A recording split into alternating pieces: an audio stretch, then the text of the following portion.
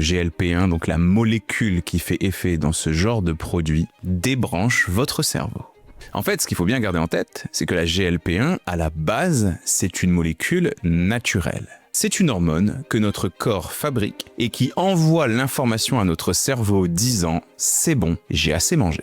Et bien évidemment, les médicaments comme l'Ozempic ou encore le Wegovy miment cette hormone. Elles l'utilisent pour dire, bien trop tôt dans le repas, vous vous en doutez, c'est bon, j'ai assez mangé, je n'ai plus faim. Mais plus vous imitez l'action de cette hormone, et moins votre corps est capable de comprendre par lui-même quand est-ce qu'il faut manger et quand est-ce qu'il faut arrêter de manger. Et c'est en ça que c'est dérangeant.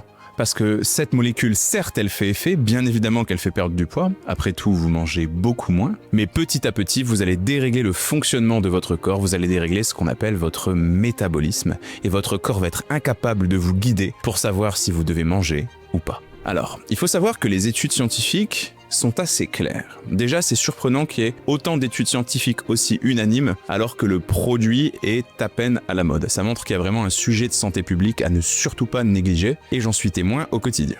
Premièrement, comme le montre l'étude scientifique que je vous remets juste ici et dans la description de la vidéo, le constat, il est clair. Les bénéfices et la tentation sont réels, mais les risques sont encore plus importants. Et en fait, ici, comme dans beaucoup de produits un petit peu dangereux, il faut s'intéresser aux effets secondaires. Premièrement, on constate des nausées, des douleurs très intenses au niveau du ventre. Ça peut aussi engendrer un problème de santé qui est classé parmi les 3 choses qui font le plus de mal à un corps, la pancréatite. Et puis, particulièrement chez les femmes, on note aussi un déséquilibre hormonal généralisé. Donc bien évidemment, ça va concerner les hormones de la faim, l'insuline, ouais, ce genre de choses, mais ça va aussi concerner le fonctionnement global de votre corps, notamment le fonctionnement de vos ovaires par exemple, mais surtout de votre cerveau.